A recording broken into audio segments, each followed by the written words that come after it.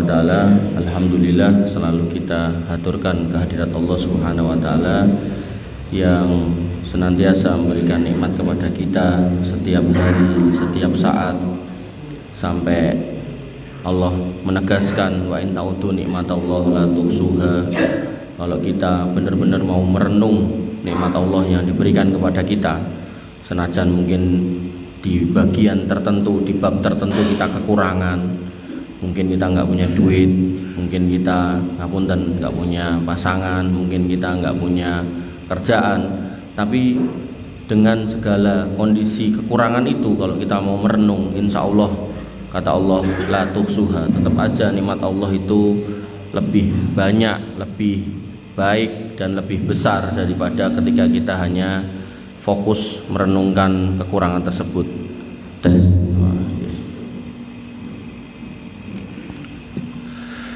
Oleh karena itu, maka seorang yang beriman harus selalu senantiasa bersyukur atas nikmat Allah Subhanahu wa ta'ala yang diberikan kepadanya, dan harus selalu mencari sebab untuk selalu bersyukur atas nikmat Allah Subhanahu wa ta'ala tersebut. Sampai kemudian matur nuwun, jazakallahu khair. Sampai kemudian Nabi SAW mengajarkan kepada kita cara bersyukur, yaitu unduru ila man huwa asfala minkum wa la tanduru ila man huwa fawqakum.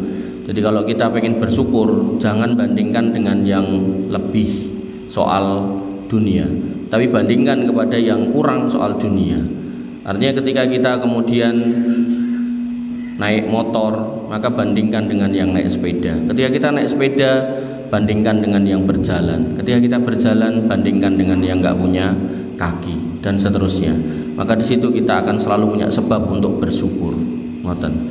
Bapak Ibu yang dirahmati oleh Allah Subhanahu wa taala, mengingatkan lagi tentang tema kita, yaitu bagaimana kemudian menjadikan anak sebagai aset akhirat. Dan yang sudah lalu adalah kita menggunakan acuan Quran surat Luqman terkait dengan pengajaran Luqman Al-Hakim kepada anaknya, dan juga hadis Nabi SAW terkait 7 golongan yang akan selamat ketika nggak ada naungan di hari kiamat kecuali yang diberikan oleh Allah Subhanahu wa ta'ala. Maka dari Quran surat Luqman kita dapatkan ada 9 poin. Dari hadis Nabi SAW tentang 7 golongan kita dapatkan 7 poin. 9 tambah 7 16. Maka dari 16 itu yang paling awal yaitu soal ketauhidan, soal keimanan. Bagaimana kemudian seorang yang beriman harus kemudian bertauhid. Maka minggu yang lalu kita sudah bahas bahwasanya tauhid itu ada 3, tauhid rububiyah, tauhid uluhiyah, dan tauhid asma wa sifat. Tauhid rububiyah adalah bahwasannya Allah Subhanahu wa ta'ala sebagai Rabb, sebagai pencipta, itu dalam perbuatannya, perbuatan Allah Subhanahu wa ta'ala tidak ada yang kemudian bisa melakukannya. Kalaupun ada yang bisa melakukan selain Allah, maka atas izin Allah. Jadi Allah yang menciptakan, Allah yang mematikan, Allah yang memberi rizki, Allah yang kemudian membangkitkan, Allah yang kemudian mendatangkan kiamat dan seterusnya. Kalaupun ada sebagian umatnya atau sebagian makhluknya yang bisa menghidupkan dan mematikan, semua atas izin Allah. Kalaupun ada sebagian makhluknya yang kemudian memberikan sebagian dari rizki, sebagaimana malaikat yang datang kepada 3 orang pemuda yang penyakitan, yang kemudian dikasih sembuh, kemudian ditanya kowe pengen nopo, maka yang pertama minta unta, yang kedua minta sapi, yang ketiga minta kambing. Itu semua dikasihkan oleh malaikat, tentu semua atas izin Allah. Sebagaimana juga Dajjal nanti akan datang, dia juga bisa membawakan hujan, semua juga atas izin Allah. Jadi prinsipnya perbuatan itu adalah otoritas Allah Subhanahu wa ta'ala. Nah, kemudian pada malam hari ini kita masuk di tauhid yang kedua, yaitu tauhid uluhiyah. Artinya ketika kita sudah mengakui, menyatakan kalau Allah Subhanahu wa ta'ala niku adalah Tuhan kita, Rabb kita yang kita sembah, yang kita puja, kita enggak menyembah yang lain. Bahkan dalam khutbah Idul Adha yang lalu di salah satu tempat di Solo sana, saya katakan termasuk hikmah kenapa kita diminta untuk berkurban mungkin kebanyakan ustadz menyampaikan agar kita bisa berbagi dengan kaum muslimin yang lain, itu nggak salah gitu kan.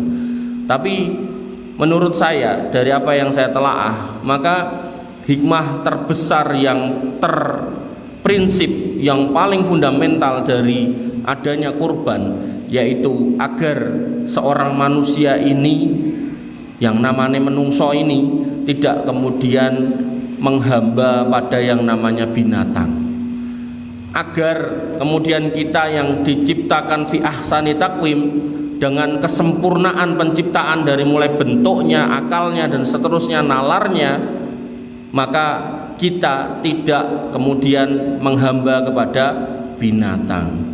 Enten mboten piyai kang menghamba kepada binatang? Enten telek nggo rebutan gitu. Engko nek dilewati semelang, cilaka, macam-macam. Enten sing niku teleke nggih rebutan, enten sing mungkin nek turu diloncati semelang ndang mati atau pripun gitu kan. Enggak boleh nggih. Maka dengan disembelihnya binatang kurban, karena memang yang disembelih adalah min bahimatil an'am, binatang-binatang tertentu yang merupakan juga perwakilan para binatang yang lain, maka seorang manusia tidak boleh mengagungkan makhluk selain Allah Subhanahu wa taala. Artinya kita hanya mengagungkan Allah, nggak boleh mengagungkan makhluk siapapun. Ya, apakah mengagungkan manusia? Nggak boleh. Nanti dalam tauhid asma wa sifat kita akan dapati kalau Allah Subhanahu wa taala nggak sama dengan makhluknya. Maka pembahasan kita terkait dengan uluhiyah dan kembali kepada kurban, ini kan masih tasrik, raketan wis lewat maghrib tadi gitu kan. Maka ketika kita kembali ke bab kurban, maka pelajaran utama yang paling fundamental, paling dasar yang terkait dengan keimanan, selain kita bertakwa kepada Allah Subhanahu wa taala dengan kemudian berkurban, di situ ada pelajaran kalau kewan ini loh kita suruh beleh gitu. Maka logikanya kalau kemudian kita diciptakan lebih baik daripada kewan dan suruh beleh dan suruh makan, kok yo enek kemudian menungso nyembah kewan. Bahkan kewan sing disembelih sing disembah, sing dipuja, nek singa atau macan kan sik rodok-rodok medeni to. Niku sing disembah sampai pada level yang paling rendah, tikus, monyet gitu kan. Makanya alhamdulillah kita itu beruntung menjadi seorang yang muslim, yang beriman, yang bertauhid, yang tentunya akidah kita tidak membolehkan kita ke sana. Nggih. Makanya nek enten jenengan tilem diloncati, dipecoloti kucing ya ben itu. Mencolot. Engko aku ndang mati. Ya memang kita mendekati mati kok gitu. Soal jadwalnya kapan kita enggak tahu. Nek jaman biyen ning omah niku enten manuk napa? Manuk huk niku. Wah, meh nek sing mati. Mboten enten kaitane. Engko nek manuk perjak napa? Nek tamu, mboten enten kaitane gitu nggih. Jadi keimanan kita, ketauhidan kita harus memaksa diri kita untuk tidak menghamba, tidak takut, tidak khawatir dengan adanya binatang-binatang tertentu. Ya nek kemudian takut dalam arti karena binatangnya bahaya, itu manusiawi nggak apa-apa. Jenengan cedak-cedak singo semelang dicaplok nggih mboten napa. Jenengan cedak ula kobra semelang di napa dipatuk nggih mboten napa gitu. Tapi kalau kemudian ketakutannya melebihi itu, wah iki bae sing bau reksa, macam-macam kalimat-kalimat seperti itu, maka itu masuk dalam wilayah pelanggaran tauhid. Jadi akidah kita bisa bermasalah. Bapak Ibu yang dirahmati oleh Allah Subhanahu wa taala, nah itu tauhid rububiyah. Nah saat ini tauhid uluhiyah. Jadi ketika kita sudah menyatakan Allah itu satu-satunya Tuhan, satu-satunya Rob yang kita sembah, maka dalam konteks tauhid uluhiyah, maka semua bentuk peribadatan, ruku, sujud, minta, kemudian berharap, berdoa, semuanya kita kembalikan hanya kepada Allah Subhanahu wa taala. Sehingga orang-orang yang beriman ini termasuk orang yang paling merdeka, sak merdeka-merdekane wong. Karena dia nggak akan geger goleki wit gede, dia nggak akan geger goleki danyang ning satu kampung, dia nggak akan geger goleki demit-demit tertentu, dia nggak akan geger goleki gunung-gunung tertentu untuk dipuja. Mereka orang-orang yang lost, mereka orang-orang yang merdeka, tidak terkekang dengan semua itu. Sampai seorang khalifah yang mulia Umar ibnul Khattab itu pernah duduk, kalau dulu enek bakul cilok bar setu minggu bar nangis guyu niku terus gesang nang mboten mbae niku. Cik urip tak? Sedo, piyai mriki. Oh palur pun sedo. Niku idola niku. Nah, maka Umar bin Khattab juga pernah ngalami masa di mana beliau duduk termenung, kemudian nangis, lalu kemudian tertawa. Ditanya oleh sahabat, kowe iki ngopo? Bar setu minggu bar nangis guyu gitu kan. Kemudian dijawab oleh beliau, aku nangis krana kelingan pas zaman biyen urung dadi wong Islam, bojoku meteng posisi meh lairan wis tak cepake joglangan, metu wedok cemplunge kono urip diuruki urip-uripan. Itu kelakuan orang-orang jahiliyah dulu. Jadi kalau anak wedok iki ora trimo gitu. Bukan karena apa-apa, karena pada zaman itu keamanan suatu negeri itu sudah barang langka. Jadi yang namanya perempuan itu jadi sasaran pemerkosaan, sasaran pelecehan. Dan kalau itu terjadi, keluarga itu terhina. Makanya daripada terhina, mending rasa duwe anak wedok. Dan parah lagi, niku sejak lahir urip sehat cemplung ke kuburan. Nangis beliau karena ingat anak perempuannya yang dicemplungkan ke kuburan oleh beliau sendiri. Ya, tentu tobat kemudian menghapus semua itu nggih. Faktanya sampai beliau dijamin masuk surga dalam banyak dalil gitu kan. Kemudian yang kedua, lah terus kok kowe guyu ngopo? Aku kelingan zaman biyen dadi wong jahiliyah itu. Nek cara basa mriki, aku dadi wong pekok. Lah pekoke piye gitu kan. Lah aku nyembah Tuhan reca, terus recane nek digawa abot, akhirnya aku arep lunga tak dadekke roti. Pas mlaku delalah kentekan bekal, akhirnya luwe Tuhanku tak berakot. Nah itu kan orang yang nggak merdeka gitu loh, sampai harus membuat Tuhan dikantongi gitu kan. Makanya ada sebagian orang yang Tuhannya digantung ten salib gitu kan. Oh niku wong Islam ya terus melu-melu nggawe kalung tulisi Allah ngono kan. Mboten angsal ngoten niki Bapak Ibu yang dirahmati Allah Subhanahu wa taala. Maka tauhid uluhiyah adalah mentauhidkan Allah dalam semua bentuk peribadatan, apakah yang nampak, artinya donga, salat, nyuwun, tawasul, segala macam. Kemudian atau yang batin, rasa takut, rasa harap, rasa cemas, semua itu harus kemudian dikembalikan kepada Allah Subhanahu wa taala. Tidak boleh kemudian disandarkan kepada makhluk. Sampai ada sebagian orang ngomong, aku nek ra periksa ning dokter kae ra mari. Itu juga pernyataan-pernyataan yang kemudian mencederai tauhid. Nggih. Bapak Ibu yang dirahmati oleh Allah Subhanahu wa taala, Allah menegaskan perintahnya untuk hanya menyembah Allah Subhanahu wa taala dalam firman-Nya yang kita selalu baca sehari 17 kali minimal, iyyaka na'budu wa iyyaka nasta'in. Ini tauhid. Tauhid uluhiyah, ya Allah, kami menyatakan kalau kami hanya menyembah Engkau, enggak yang lain. Dan menyembah ini enggak cuma terbatas di sholat, rukuk, sujud, boten. Minta, berdoa, termasuk yang sering saya contohkan, arep mantu itu dadak gawe sajen, dekek ning pundi, ning nggon sendang, atau kemudian arep bangun omah, dadak didekek ning pojokan-pojokan omah, atau mungkin perapatan semelang enek kecelakaan dadak digaweke sajen. Itu semua bentuk ketakutan yang dipasrahkan kepada, disandarkan kepada selain Allah, itu mboten angsal. Dan yang dinamakan uluhiyah itu ya mencakup itu semua. Jadi nggak cuma sholat tok gitu loh. Makanya ada orang-orang yang sholat ning ya rajin kayak gitu, itu masalah gitu loh. Harusnya nek emang sholat dia paham sholat itu apa, dia meninggalkan itu. Pramila yang namanya Abu Thalib ketika mau wafat cuman disuruh mengucapkan la ilaha illallah, enggak mau. Karena konsekuensi orang yang menyatakan bahwasanya tidak ada ilah yang berhak disembah selain Allah, itu harus meninggalkan semua sesembahan mereka yang jumlahnya 360 buah gitu. 360 reco yang melilingi Ka'bah itu. Dan ini enggak mungkin ditinggalkan oleh Abu Thalib, makanya enggak mau sekedar mengucapkan syahadat. Tapi orang sekarang bendino mungkin dikira tahlil niku la ilaha illallah wirite niku. Tapi begitu kemudian enten masalah melayu ning dukun, arep mantu cepak sajen, perapatan nenek kecelakaan gawe sajen, karena enggak paham. Sing dibaca itu apa enggak paham. Konsekuensi dari la ilaha illallah itu bahwasanya kita menyatakan tidak ada Rabb yang berhak disembah illallah kecuali Allah. Nah, ketika kita sudah paham benar maknanya adalah itu, wong liya arep nyembah apa wae silakan, wong liya. Tapi kita yang menyatakan itu jangan. Dan itu enggak cuma terbatas di sholat tok, enggak. Di semua bentuk. Di semua bentuk.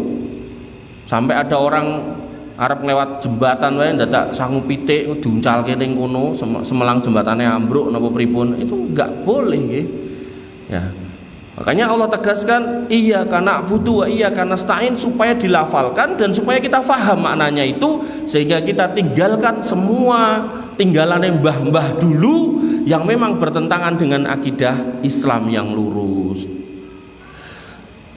Dan kemudian Allah Subhanahu wa taala perintahkan Al-Qur'an dengan firman-Nya qulillah a'bud mukhlishal lahuddin. Pada Quran surat Az-Zumar ayat 14, maka katakanlah hanya kepada Allah Subhanahu wa taala aku menyembahnya dengan semurni-murni ketaatan kepadanya.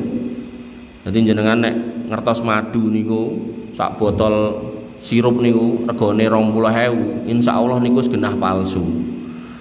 Dan jenengan nek ngunjuk madu pengene seger waras dengan tuku madu palsu, akhirnya malah kena diabetes.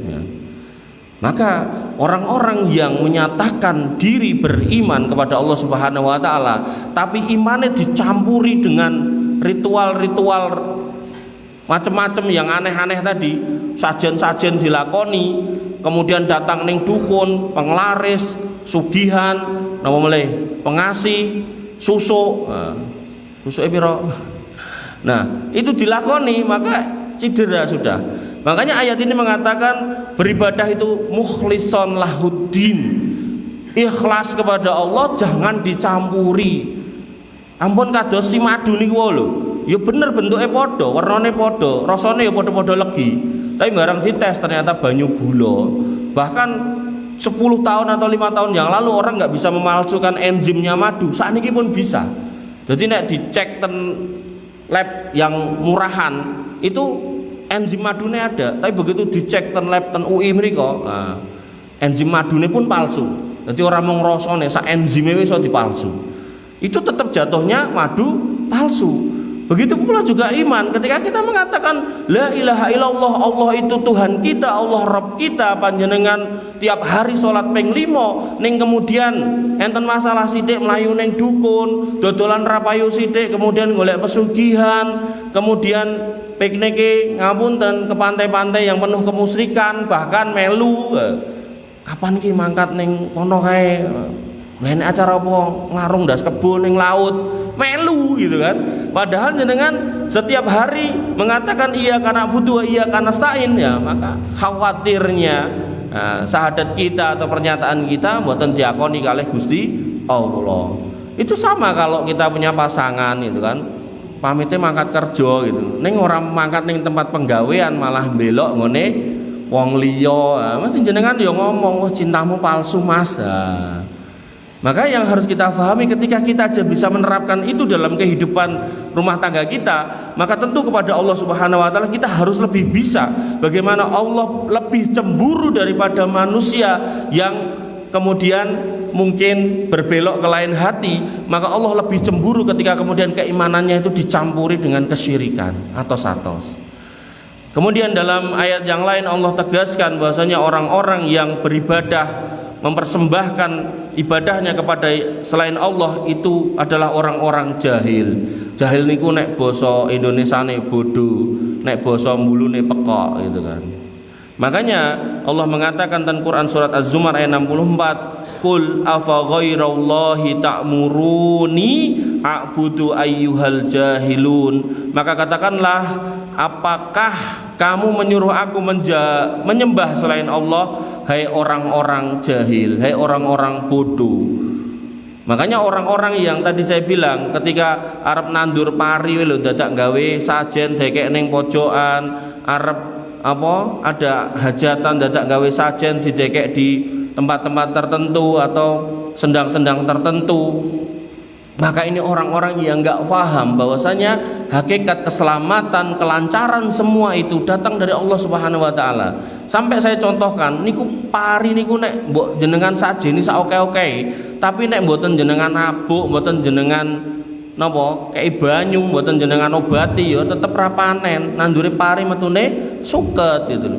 Tapi nek jenengan openi dengan baik, jenengan tandur dengan baik, kemudian diabuk dengan baik, diairi dengan baik, diobati dengan baik, kemudian di napa watun, dilandak, semua prosedur diikuti, ya insya Allah panen. Tapi nek mboten panen karena teko wereng, insya Allah tanggane ya ora panen, kan ngoten gitu loh.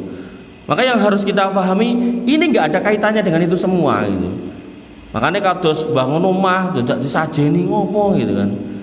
Angger sing dienggo bangun genah pasir, semen, cakar ayam, watu, niku wis genah dadi, ora usah dadak nganggo aneh-aneh niku wau.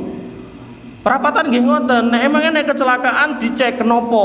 Oh wong cah nom-nom saiki yak-yakan yo digawe polisi tidur. Nek polisi tidur kurang gede yo tentara tidur. Nek jek kurang gede yo digolekke palang sepur sisan gitu kan. Ben parem gitu loh. Agar kemudian do hati-hati gitu. Nggih. Jadi ketika kita ada masalah, jangan kemudian melarikan pada kesyirikan, tapi kita harus mencari sebab masalahnya, kita uraikan, kita selesaikan, kita carikan jalan keluarnya. Mboten kemudian jugus pokoknya ning Mbah Adoh, dompet hilang ning Mbah Adoh, bojo hilang ning Mbah Adoh gitu kan. Nah, maka ini adalah perbuatan orang-orang jahil, orang-orang bodoh. Bapak Ibu yang dirahmati oleh Allah Subhanahu wa taala, dan banyak orang gagal sehingga Allah utus para rasul. Jadi banyak orang kon bertauhid itu gagal sampai akhirnya Allah mengutus para rasul. Para rasul diutus untuk meluruskan orang-orang yang gagal dalam keimanan. Kon nyembah Gusti Allah, kon wedi cuman kepada Gusti Allah, ning tekan ngendi-ngendi. Sing Nyiroro Kidul, Nyiroro Jonggrang, sing napa Mbah Josroyo, wah bentuke kaya ngopo ya ora tau ngerti gitu kan, ngono ya diimani gitu kan, Masya Allah. Allah menegaskan walaqad ba'asna fi kulli ummatin rasulan, dan telah kami utus pada setiap umat itu rasul, dan mereka semua berdakwah menyeru anikbudullah wajtanibut taghut, do nyembah, do bertauhid, do ibadah hanya kepada Allah tok, dan jauhi semua taghut. Nah, taghut ini adalah semua bentuk kesyirikan, semua yang mengantarkan kepada kesyirikan. Apakah itu benda, jimat-jimat, apakah itu binatang yang ditakuti orang kayak kebo, slamet, kiai ya, atau mungkin ular-ular tertentu, monyet-monyet tertentu, tikus-tikus tertentu gitu kan. Atau orang itu sendiri yang mengantarkan pada kesyirikan seperti dukun, tukang ramal, tukang santet, itu semua taghut. Jadi Allah meminta kita melalui para nabi sembah Allah saja, ojo cerak-cerak karo taghut. Nggih. Jadi kalau kemudian bentuknya kembang ning dadak ditoto, didekek ning tempat tertentu, tujuannya tertentu, maka itu bagian dari taghut. Maka ini yang harus kemudian kita jauhi. Nek kemudian enten uang gitu kan, senajano penampilannya kaya kiai, kaya ustad, tapi ngomong nek iso nekake malaikat, iso nyeluk Jibril, macam-macam bahasane gitu kan, sampai iso ngomong karo semut gitu kan. Inna makoli rahmatan ruwet pokoknya. Nah, maka orang-orang seperti itu jelas orang-orang yang termasuk kahin, dukun, yang kemudian bagian dari taghut. Mbok jenggote dawa, mbok bathuke ireng, kalau kemudian dia mengatakan tahu hal yang gaib, ngomong iso nyegah udan, ngomong iso nekake udan, ngomong iso macam-macam gitu kan. Semua itu adalah sebenarnya wilayah otoritas Allah Subhanahu wa taala, maka itu semua bagian dari taghut. Ngoten nggih. Dan lucunya setan itu pinter. Jadi ketika orang-orang ini kedukun, dari 100 orang mungkin sing kelakon hajate paling siji atau loro, sing 98 99 mboten, tapi sing dieling-eling menungso sing berhasil. Makanya dulu sampai jenengan mbok bilih nate kemutan Dimas Kanjeng, bagaimana wonge yo nganggo gamis kaya kula, lemune yo kaya kula, ning ganteng kula tetep kok gitu kan. Wedete kok kantong ditokke diabul-abul gitu. Do percaya. Dan benar-benar ini orang-orang jahil, puncak kejahilannya Orang mau menggandakan duit mas-masan, oke, cik masuk akal, mas-masan. Barangnya cik iso dicekel gitu kan. Lah kok kemudian meningkat, menggandakan lemah gitu. Logikanya ki piye gitu loh. Lah lemah misal sawah ten mriku wis genah semonten niku, umpami ten mriku 10 hektar ya 10 hektar. Cara misal nganti iso digandake tenan, berarti kan jadi 20 hektar, dadi ombo-ombulu. Nek di logikae berarti bumine melar kan. Kok yo enek wong percaya moro nggawa sertifikat dikekke ini. Iku kan puncake wong goblok nih kan. Makanya orang-orang yang kemudian tidak bertauhid niki galau dia. Yang selalu saya sampaikan, wawake gede keker, masih anto gitu.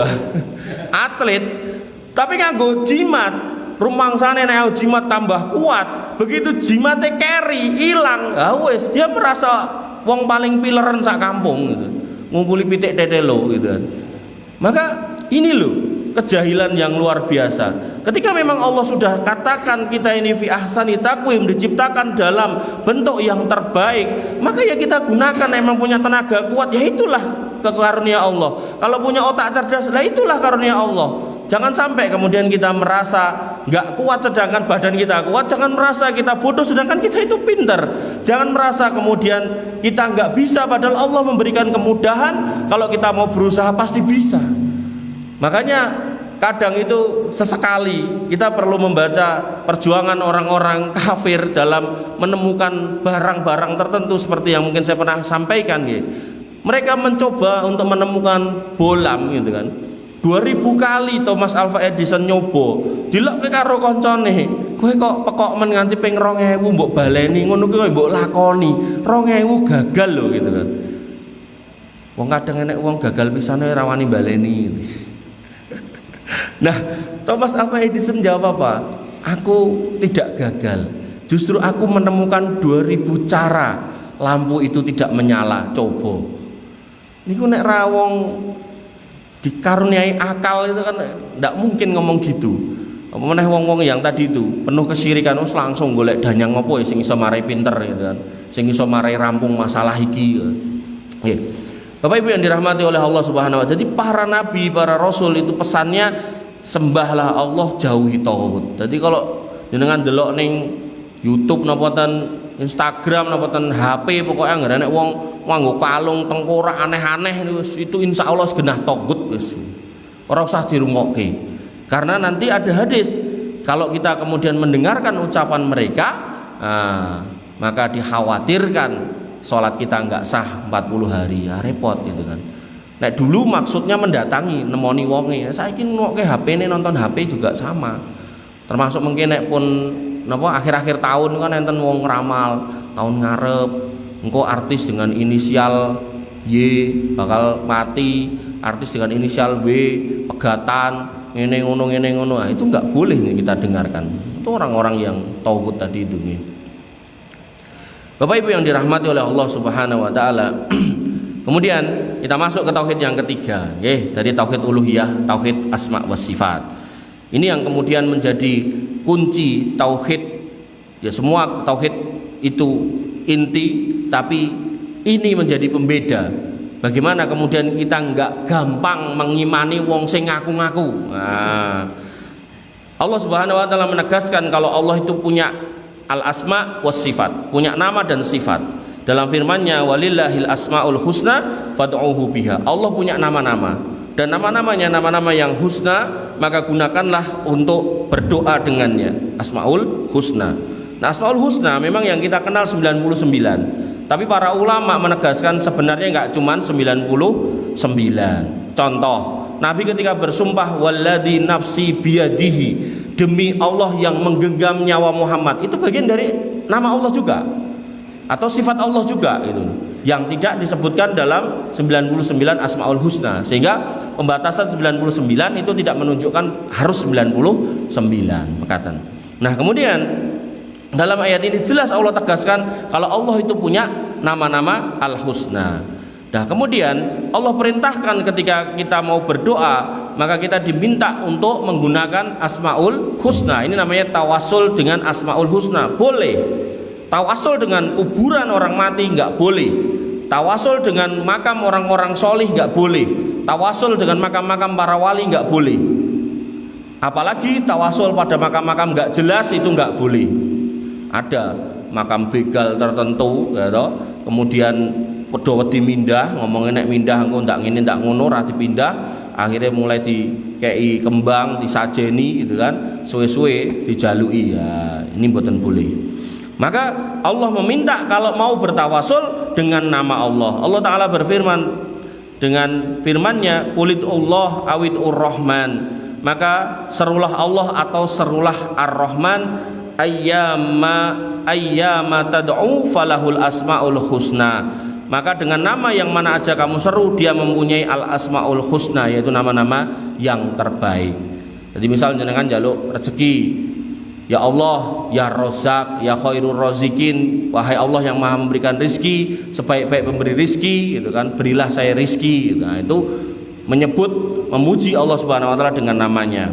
Dan kemudian Allah tegaskan bahwasanya Allah dengan sifat baik namanya maupun sifatnya dan semua perbuatannya yang melekat pada Allah Subhanahu wa taala, wabil khusus fisik zatnya, maka tidak sama dengan makhluk siapapun. Allah tegaskan dalam Quran surat Asy-Syura ayat 11, laisa kamitslihi syai'un wa huwas samiul basir.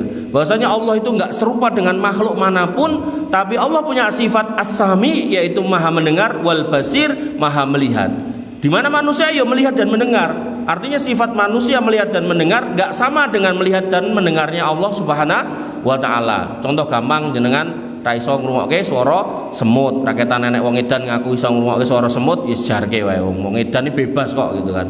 Nah, kemudian Allah bisa, Allah mampu gitu kan. Maka sama-sama melihat dan mendengar kayaknya secara bahasa, tapi yang dipunyai oleh Allah Subhanahu wa taala tentu lebih hebat daripada manusia. Sehingga ketika Allah tegaskan bahwasanya sifat Allah, zat Allah berbeda dengan makhluk, maka dalam kisah Dajjal, ketika Dajjal nongol ketemu kepada seorang pemuda yang mengatakan, aku ki Tuhanmu, sembahan aku. Pemuda itu nggak percaya, kemudian dipateni, dibeleh, diuncalke siji ngetan siji ngulon, kemudian dipanggil, disatukan dan urip lagi. Kemudian pemuda itu pun dikatakan oleh Dajjal, "Lho, kowe mau urip tak pateni, saiki tak uripke neh, berarti aku gustimu, sembahan aku."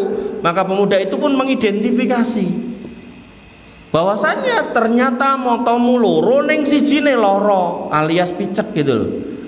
Nah, karena itu maka aku katakan mbok kowe iso nguripke wong, kowe kuwi dudu Allah. Nah, ini tauhid nih.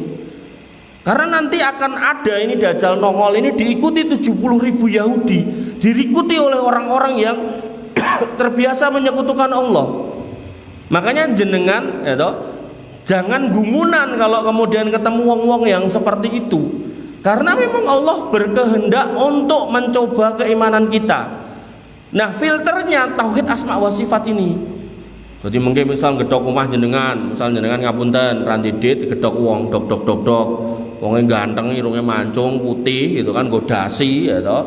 Kula nuwun Bu, niki enten selebaran, mbok bilih Ibu kersa mirengaken mengke kula paringi kerdusan niki. Napa to Mas? Ngeten, dados Bu, urip niku memang awon, memang kathah masalah. Pramila kita niku butuh juru selamat. Lah juru selamat niku sampun wonten alhamdulillah. Ngomong alhamdulillah yo andeke gitu kan. Nah, niku ganteng Bu piyaine. Ngeten iki lho gambare gondrong kados Mas Yanto gitu. Nah, niki piyaine. Nah, kalau jenengan faham benar bahwasanya Allah menegaskan yang namanya Tuhan itu laisa kamitslihi syai'un wa huwas samiul basir, jenengan delok, lah kok rupane kaya menungso, irunge, matane, raine, senajan luwih ganteng iki timbang kae gitu kan. Ya iki ya tetep menungso, berarti kuwi dudu Gusti Allah. Dong mboten. Ini tauhid asma wa sifat. Napa meleh mung diwedeni iki lho, kebo iki lho iso marai selamat. Nek ngising jiku enteleke gonen mulih dekek ngisor bantal marai sugih, temploke nggon bathuke wong loro iso marai mari, kantongi iso marai lancar rezekine. Ha iki kalau orang kemudian bertauhid asma wa sifat, ora mungkin gagas kebo. Golek mangan wae ra iso lho, buka pelawange niku kandange buka dhewe wae ra iso lho. Dadak dibukake, dadak digiring. Malah kebo-kebo tertentu dadak dikeloh gitu kan, coba. Ngoten niku yo enten sing sujud ning sikile sing jikok teleke dienggo raup enten.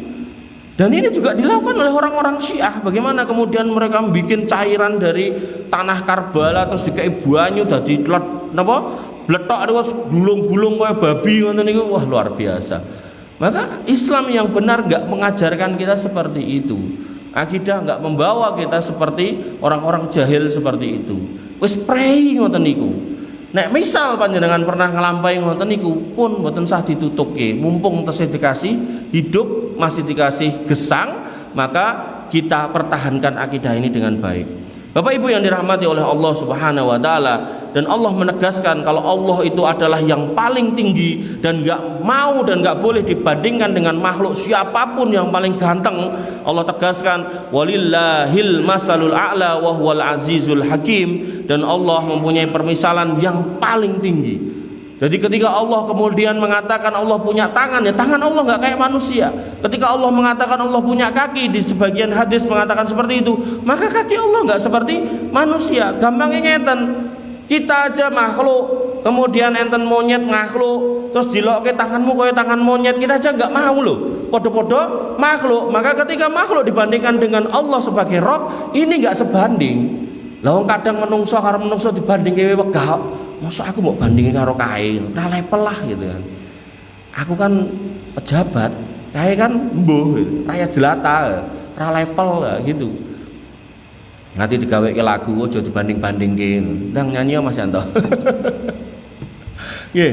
Jadi yang harus kita pahami bahwasanya Allah itu menginginkan kita memuji Allah, memahami Allah itu yang paling tinggi, paling sempurna. Nek jenengan tenan-tenan penasaran, pengen ketemu, pengen nyawang Gusti Allah, maka mang beramal solih dan beriman, lajeng sabar sampai kemudian wafat husnul khotimah, kemudian masuk surga. Di situ nanti jenengan jaluk napa mawon dikei, begitu wis terpuaskan dengan permintaan, maka semua penghuni surga digiring ke satu padang yang luas, lalu kemudian disingkaplah tabir kelambu yang sangat besar. Allah ada di baliknya sebagaimana dinyatakan dalam hadis-hadis yang sahih tentang melihat Allah, ru'yatullah.